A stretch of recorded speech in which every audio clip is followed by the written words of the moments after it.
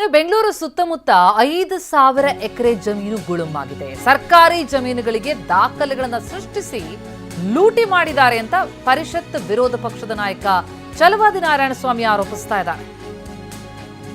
ಬೆಂಗಳೂರು ಗ್ರಾಮಾಂತರ, ಚಿಕ್ಕಬಳ್ಳಾಪುರ, ಕೋಲಾರ, ರಾಮನಗರ ಸೇರಿದಂತೆ ಹಲವು ಕಡೆಗಳಲ್ಲಿ ಸರ್ಕಾರಿ ಜಮೀನುಗಳಿಗೆ ದಾಖಲೆ ಸೃಷ್ಟಿಸಿ ಲೂಟಿ ಮಾಡಿದ್ದಾರೆ.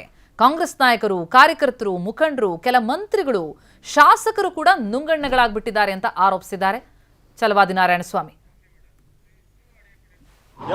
ಬೆಂಗಳೂರಿನ ಸುತ್ತ ಬೆಂಗಳೂರು ಗ್ರಾಮಾಂತರ ಜಿಲ್ಲೆಯಲ್ಲಿ, ಚಿಕ್ಕಬಳ್ಳಾಪುರ ಜಿಲ್ಲೆಯಲ್ಲಿ, ರಾಮನಗರ ಅಂದ್ರೆ ಬೆಂಗಳೂರು ದಕ್ಷಿಣ ಜಿಲ್ಲೆಯಲ್ಲಿ, ಕೋಲಾರ ಜಿಲ್ಲೆ, ಹೀಗೆ ಸುಮಾರು 5,000 ಎಕರೆಗಳು ಗುಳುಮಾಗಿದೆ.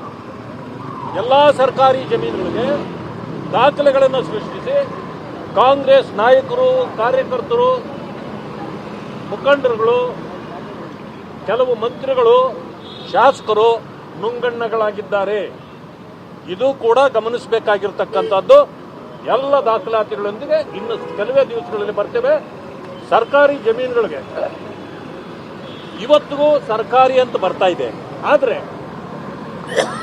63ರಲ್ಲೇ ಅವ್ರು ಯಾರಿಗೋ ಕೊಟ್ಟಿದ್ದು ದಾಖಲೆ ಇವತ್ತು ಸಿಕ್ಕಿದೆ ಅಂತೇಳಿ ನಕಲಿ ದಾಖಲೆಗಳನ್ನು ಸೃಷ್ಟಿ ಮಾಡ್ತಕ್ಕಂಥ ಕಾರ್ಯಗಳು ಕೂಡ ಬಹಳ ವೇಗವಾಗಿ ನಡೀತಾವೆ. ಯಾಕೆಂತಂದ್ರೆ ಇನ್ನೊಂದು ವರ್ಷ ಹೋದ್ಮೇಲೆ ಈ ಸರ್ಕಾರ ಇರಲ್ಲ, ಅಷ್ಟೊತ್ತಿಗೆ ಇರೋದಲ್ಲ, ನುಂಗಿ ಹೋಗ್ಬೇಕು ಅಂತ ಮಾಡ್ತಿದ್ದಾರೆ. ಈ ವಿಚಾರಗಳನ್ನ, ಸರ್ಕಾರಿ ಜಮೀನುಗಳನ್ನ ಎಲ್ಲೆಲ್ಲಿ ಹೊಸ ದಾಖಲೆಗಳಾಗಿದೆ ಇವೆಲ್ಲವನ್ನ ಟ್ರೇಸ್ ಔಟ್ ಮಾಡಬೇಕು. ಯಾರ್ಯಾರು ಇನ್ವಾಲ್ವ್ ಆಗಿದ್ದಾರೋ ಅವ್ರಗಳೆಲ್ಲರನ್ನೂ ಕೂಡ ಜೈಲಿಗೆ ಕಳಿಸಿದ ಕೆಲಸವನ್ನ ಮಾಡಬೇಕಾಗಿದೆ.